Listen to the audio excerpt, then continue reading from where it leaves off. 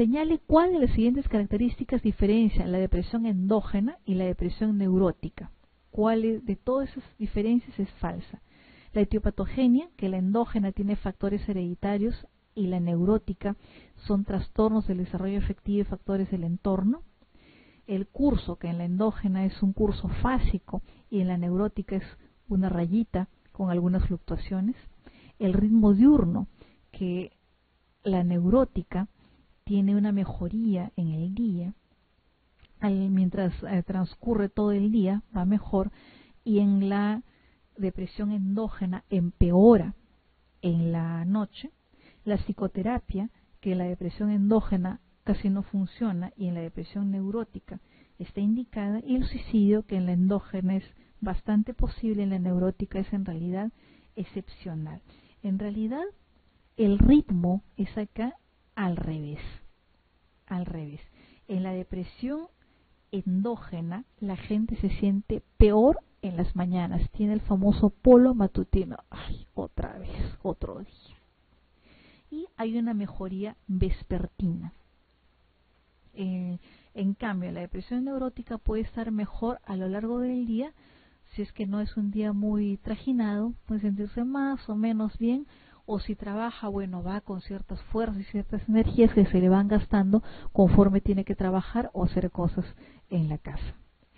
Y luego, la prevalencia del suicidio consumado en el mundo industrializado es mayor entre mujeres jóvenes, hombres ancianos, hombres jóvenes, mujeres ancianas y hombres y mujeres de edad intermedia. En realidad, entre los industrializados, el hombre anciano tiene mayor riesgo porque se le ve como alguien que ya no tiene perspectivas vitales, que ya no va a avanzar para más, se siente desesperanzado, peor si está solo, con el nido vacío. Hay mucha gente, muchos ancianos que viven solitos en países como los países de Europa o Estados Unidos. Los beneficios supuestos de la industrialización en realidad a veces son conseguidos a costa del desarrollo humano de sus sujetos. La persona en esta sociedad de consumo y de producción se siente inútil y siente que ha llegado al fin de la vida, en lugar de ser como ustedes tal vez recuerden a sus abuelos que pensaban que era la edad de oro, al fin descanso, puedo gozar de mis nietos, puedo gozar las cosas, a mí nadie me tiene que mandar y yo puedo hacer las cosas como yo quiera. Se sienten inútiles. Y no hay futuro porque no tienen objetivos vitales. El viejo que se conserva es un viejo que tiene algún objetivo, el viejo que tiene alguna tarea, el viejo que todavía tiene algo que hacer.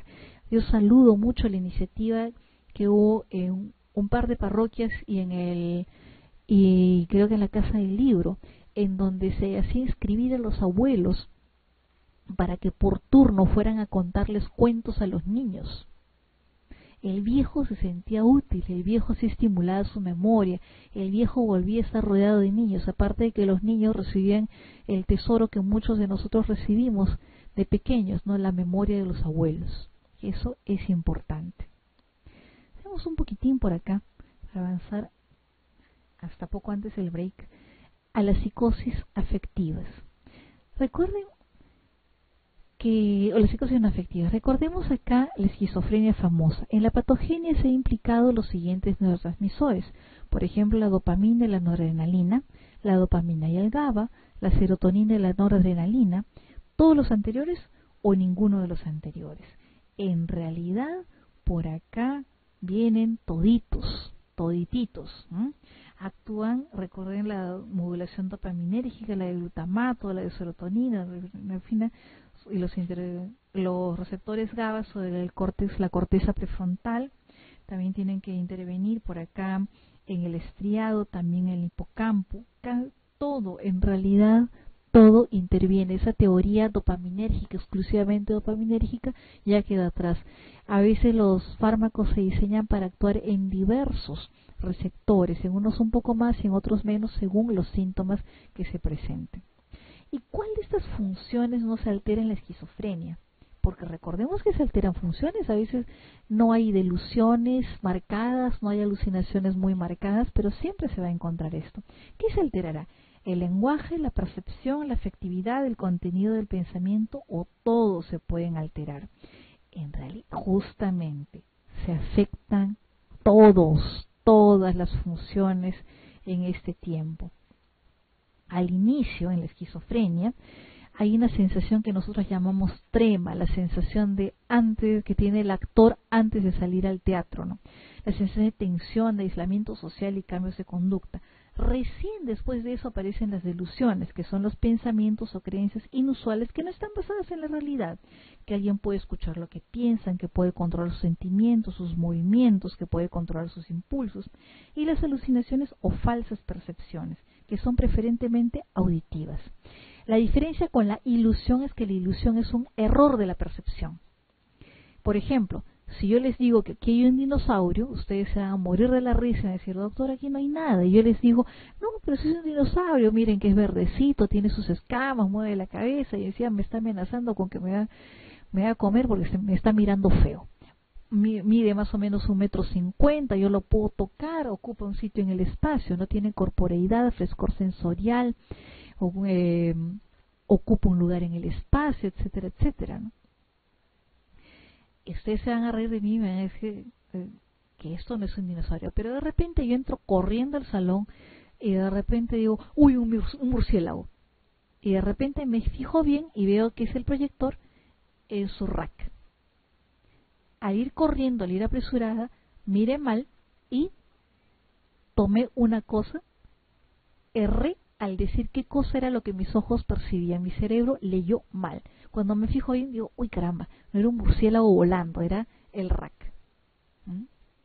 Es un error. Pensar desordenadamente como piensa el esquizofrénico va a interferir, por lo tanto, en la planificación de los actos, en la motivación y en la comunicación. Esto se empeora porque hay aislamiento social, hay falta de motivación, falta de emoción, además que apatía, y la persona esquizofrénica debido a esto se recluye y pierde el contacto con el mundo exterior. Ahora, hay alteraciones que son fundamentales en la esquizofrenia. Vamos a ver antes de salir al break, ¿no?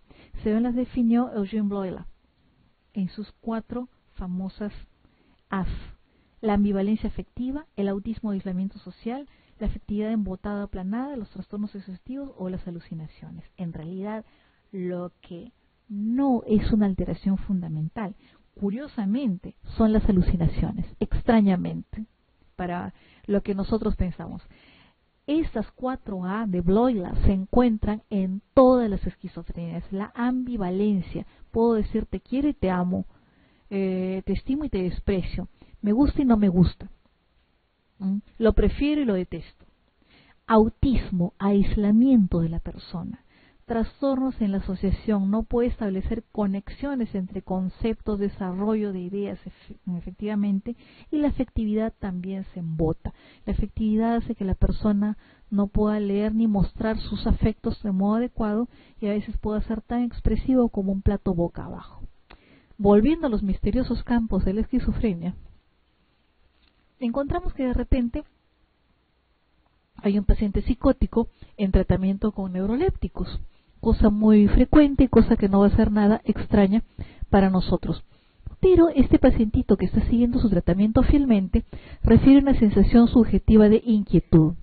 A la exploración se ve que el paciente no se puede relajar, que va y viene por la consulta, se levanta, se para, camina, se sienta otra vez. Cuando está de pie se balancea entre una pierna a otra. Pues. El cuadro descrito sería compatible con el siguiente trastorno inducido por fármacos. 1. Parkinsonismo. 2. Síndrome neuroléptico maligno. 2. Síndrome de piernas inquietas, distonía aguda o acaticia. Y como ustedes habrán observado de repente en la emergencia, generalmente esto es una acaticia. ¿Qué es lo que ocurre? La acaticia, la persona es incapaz de permanecer quieta o sentada. Es una sensación de angustia, de fastidio, de molestia, que la persona no puede describir. Se siente muy inquieta y le termina diciendo al colega, mire doctor o doctora, la verdad, si es que yo estoy parado quiero estar sentada, si estoy sentada quiero estar parada, y si no puedo hacer ninguna de las cosas prefiero estar caminando, pero no puedo controlarme, no puedo hacerlo. Una vez llegó a traumatología, un pobre pacientito, un obrero, que se había tirado del 2.º piso de la casa. ¿Qué pasó? Era un esquizofrénico bien controlado, pero que estaba usando loperidol. y desgraciadamente pues se haya sentido tan desesperado que se haya tirado felizmente solo del segundo piso y bueno, cayó pues en una zona de arena porque la misma casa está en construcción, ¿no? Gracias a Dios, bueno, fuera de los golpes no hubo mayor cosa, pero tuvieron que tratar la caticia, ¿no? Cuando hablamos de parkinsonismo, nos referimos a cualquier afección con cambios de movimiento observados en el mal de Parkinson o cosas que son semejantes. Por ejemplo, puede haber parkinsonismo por uso de medicación. Podemos encontrar incluso signo de rueda dentada en esos pacientes. Y también facies de máscara por justamente el trastorno de Parkinson, la enfermedad de Parkinson, o por el uso de medicamentos antipsicóticos, generalmente los de la primera generación, los medicamentos típicos. También podemos encontrar el síndrome de piernas inquietas, dicho sea de paso, en pacientes de mediana edad y en adultos mayores. Empeora cuando hay estrés y la causa en la mayoría de pacientes no se conoce. A veces tiene relación con enfermedad renal crónica, con diabetes, con deficiencias de hierro, con embarazo, con problemas con bloqueadores de canales de calcio, neuropatía periférica, cafeína, uso de litio, abstinencia de sedantes o también el uso de neurolépticos, pero no es lo más frecuente. La persona siente que está echada y se le encogen las piernas y eso las despierta y no las deja dormir y es un problema. En el síndrome neuroléptico maligno, que realmente es bastante raro, yo solo he visto dos en mi vida, uno de ellos como residente y otra como asistente, es una complicación infrecuente que es secundaria al uso de neurolépticos. Hay rigidez muscular, hay hipertermia y alteraciones de conciencia y reacciones disautonómicas. Es un problema, porque puede ser potencialmente mortal, puede producirse por la tensión rabdomiolisis y esta puede producir taponamiento renal.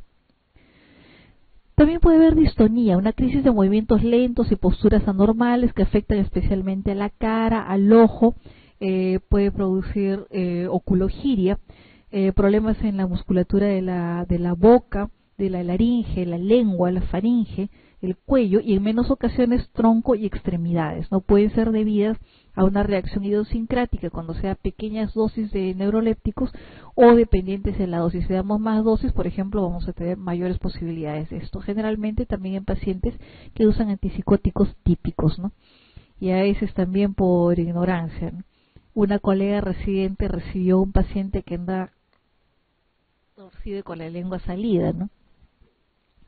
Bueno, el clásico, tomó algo, aloperidol, le aplica viperideno y después le pregunta, y el paciente había resultado un psicólogo que dice que como él sabe estas cosas y como ese día no podía dormir y como sabía que el aloperidol era un medicamento para dormir, se tomó un aloperidol de 10 miligramos y obviamente se ganó una torcedura, ¿no?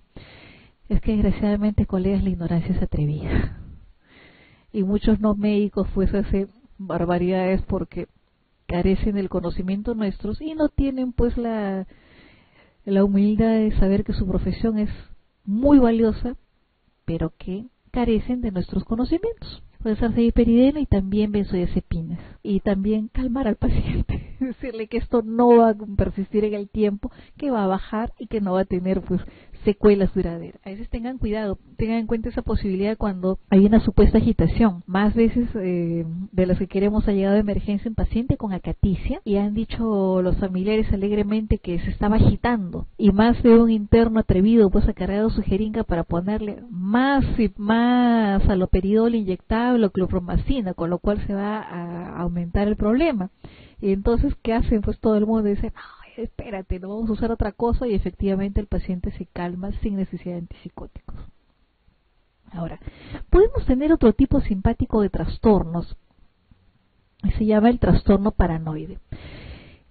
¿Cuáles son los criterios? No corresponde con ese trastorno.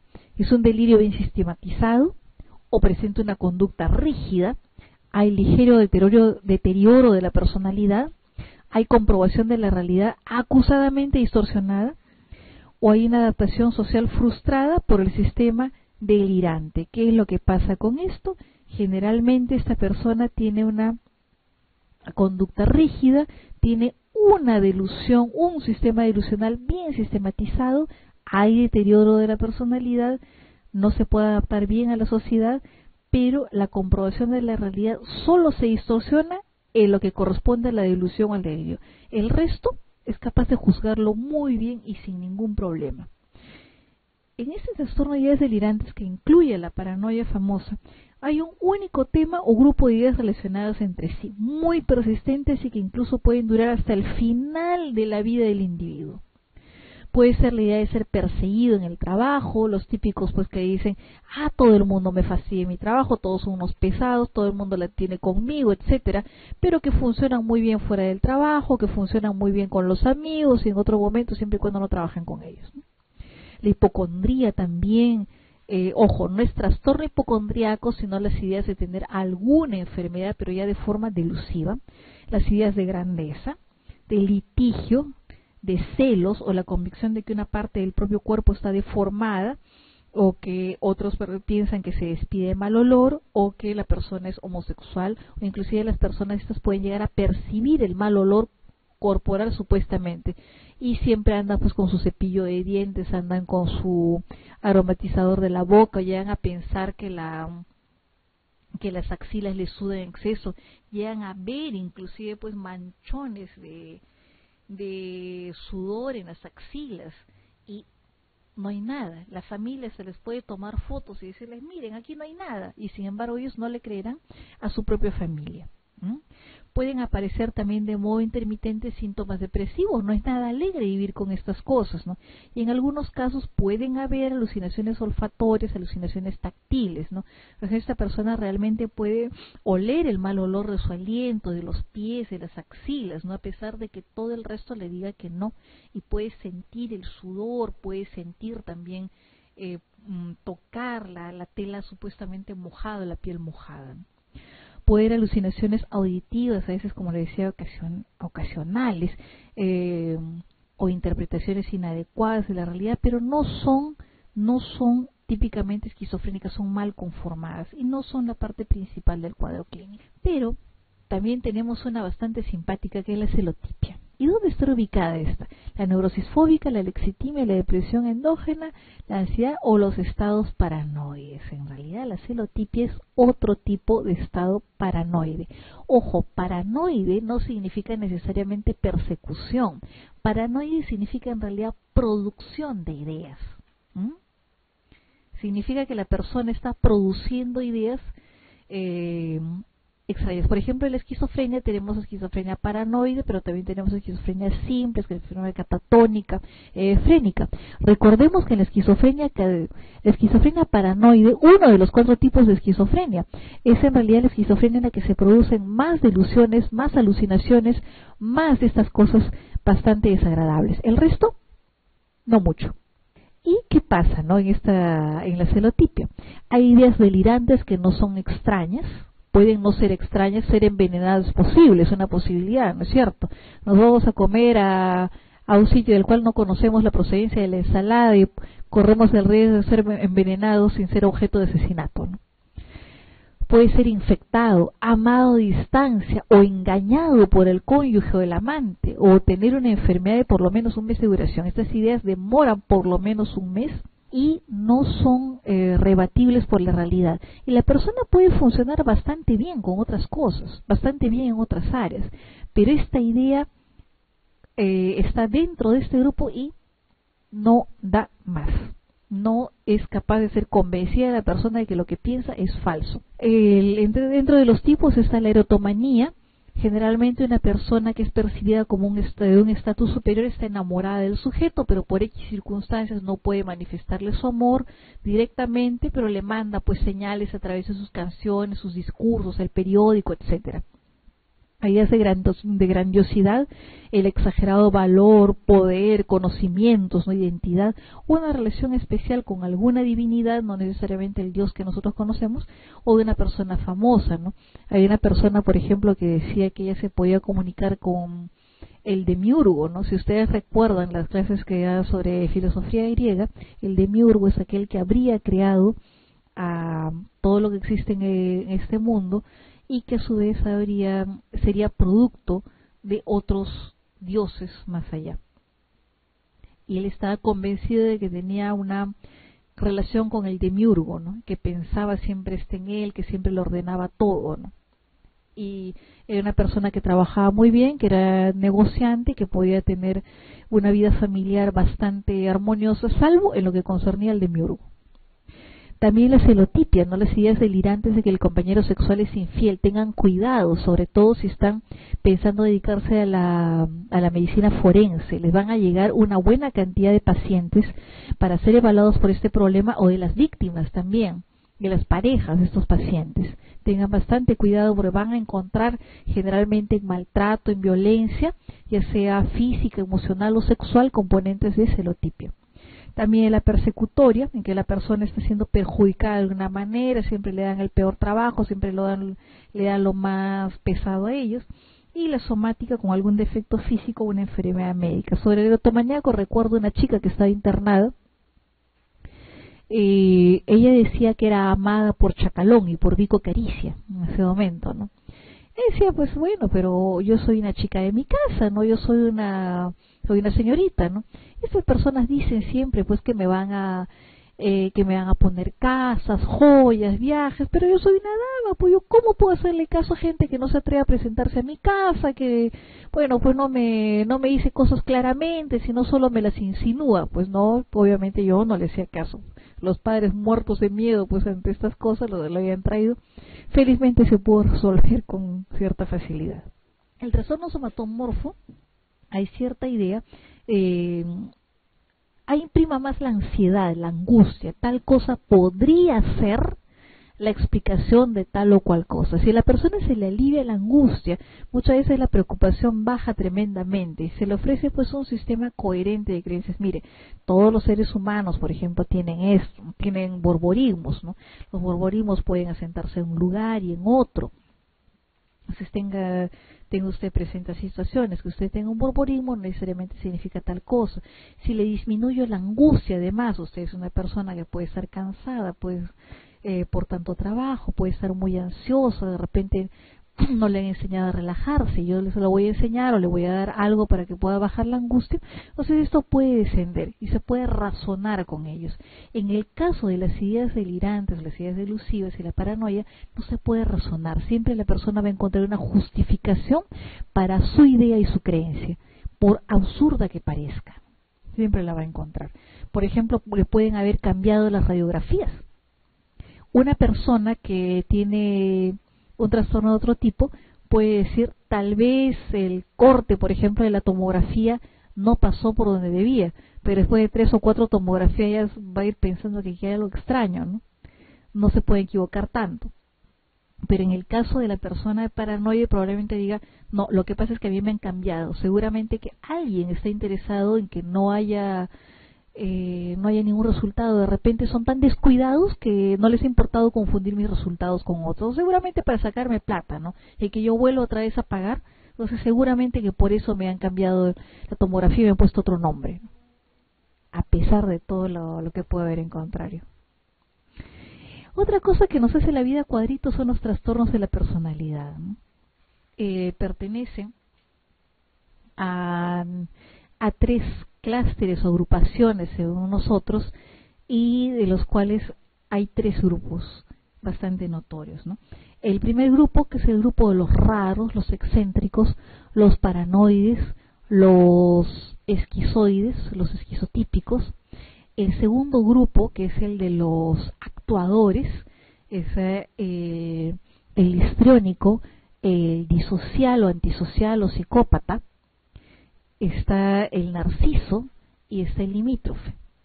Y el de los ansiosos, está el obsesivo compulsivo, el evitante y el dependiente. Como criterios reúnen en común esos 10 trastornos que hay problemas en la afectividad, en la excitabilidad, en el control de impulsos, las formas de percibir y de pensar y el estilo de relacionarse con los demás. Es una conducta normal duradera, de larga evolución y que no está limitada a episodios de enfermedad mental. Generalmente un esquizofrénico le damos tratamiento y va bastante bien. Un deprimido lo curamos, un ansioso también, y van bastante bien. Pero el patrón de la persona que tiene un trastorno de personalidad va desde la niñez. Siempre ha sido así. En cambio, la mayoría de trastornos mentales, si no ocurren después de un episodio traumático, tienen generalmente aparición entre los 18 y 30 años en la mayor parte de casos, ¿no? La conducta anormal, como dice, es duradera, de larga evolución y es generalizada en casi todas las situaciones en las que el paciente se encuentra. No hay lugar en que se encuentre mejor y es desadaptativa para varias situaciones individuales y sociales. Aparecen desde la infancia a la adolescencia y persisten en la madurez. Y traen, en la mayoría de casos, gran malestar personal, en algunos no, de paso. Aunque esto solo puede aparecer de repente en etapas avanzadas de la evolución. Y suele acompañarse de un deterioro del rendimiento social, del rendimiento profesional, del rendimiento académico también. No por falta de capacidad intelectual, sino porque el rendimiento académico también es una cuestión social en muchas veces, ¿no? Se exigen trabajos de grupo, se exigen presentaciones y trabajo en equipo para otras cosas, ¿no? El hecho de venir acá, por ejemplo, para ustedes significa que se va a encontrar con un grupo de colegas. Ahora, señale ¿cuál de las siguientes características no es propia del trastorno límite de la personalidad?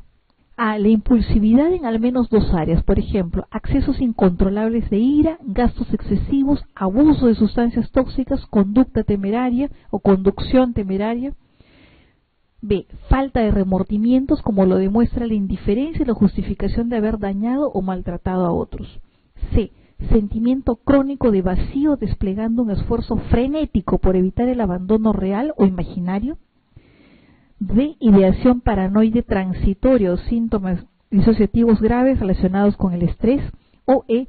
Un patrón de relaciones interpersonales altamente inestable, pasando rápidamente de la idealización a la desvalorización de los demás. En realidad, lo que no es propio de esto es los remordimientos, ¿no? Esto es propio más de los Vladimiros, en ese sentido. El Vladimiro es el psicópata, excelencia. Sabe perfectamente lo que es bueno y lo que es malo, pero no le importa, en absoluto. No le importa para nada. Ahora, en el caso de del trastorno límite de la personalidad, las personas suelen ser impulsivas y pueden hacer cosas sin medir consecuencias. Me acuerdo que había una muchacha límite, ¿no? Él quería conseguir que la mamá la deje salir a una fiesta. Y dice, mamá, caramba, tienes que dejar de salir a una fiesta. Gran bronca. Y de pronto la chica coge un vidrio, coge un vaso, lo rompe, se corta la muñeca. ¡Ay, me duele! ¿Y ahora qué hago? No, caramba. Resultado, no había podido ir a la fiesta. ¿No es cierto? Ella no calculó que en su explosión de ira, pues al romper el vaso y cortarse, en realidad ella solita se estaba anulando el permiso de ir a la fiesta, porque obviamente el siguiente paso iba a ser ir al hospital, a la sala de emergencias, a que le cosan la herida. Y usted dice, ay Dios mío, pero ¿por qué lo hice? ¿Cómo no se me ocurrió? ¿Cómo no frené en ese momento? Realmente no calculan las consecuencias de sus actos, ¿no? El ánimo puede ser inestable, pareciendo muy caprichoso, ¿no? En un momento están bien, en otro están mal, en otro gritan, en otro llora, en otro son muy tiernos y muy dulces, ¿no? Planifican escasamente sus actividades y su futuro, no saben a dónde van, le dicen, bueno, postula tal cosa, anda tal otra, pon un negocio, lo que sea, y parecen unas veletas que se las lleva el viento bajo la influencia de las circunstancias o lo que piensan. Tienen arrebatos de ira, actitudes violentas o manifestaciones explosivas provocadas por las críticas o las frustraciones. De repente, pues, la enamorada le dice, pues, oye, amorcito, caramba, qué lindo que me has traído este paquetito. Y, ay, caramba, ¿cómo sabías que el rosado es mi color favorito? Me has traído justo una cajita azul con lazo rosado. Pero ¿por qué me criticas el regalo si yo te lo he traído con tanto cariño? Tú no sabes apreciar lo que es bueno, no sabes apreciar mi cariño, tal por cual ahora vas a ver lo que hago con tu regalo, lo tira al suelo y lo pisa, pues, y la pobre enamorada le dice, oye, pero si te lo estaba elogiando, ¿qué te pasa? ¿Qué tienes? ¿No? El muchacho creyó pues que la frase era crítica, porque no me trajiste la cajita rosada, pues sí. Desarrolla una ira increíble, pues con un arrebato tal que cualquier chica pues con 2 dedos de frente sale volando, ¿no es cierto? Y sí pasa. La imagen de sí mismo que tienen las personas con ese trastorno de personalidad, los objetivos y las preferencias internas, incluyendo las sexuales, son confusas o están alteradas, ¿no? No saben si de repente les gustan los hombres, si les gustan las mujeres, les gustan las personas de su mismo sexo, les gustan las del sexo diferente, si les gustan los dos. Andan muy confusos a ese respecto. Dicen, bueno, puedo experimentar, puedo hacer esto, pero no, de repente me gusta, no me gusta. Y muchas veces se catalogan de homosexuales sin necesidad de serlo, ¿no? Y mucha gente, pues, al revés, no se considera totalmente heterosexual y de repente en algún momento, pues, pin, se da una escapada y aumenta la confusión.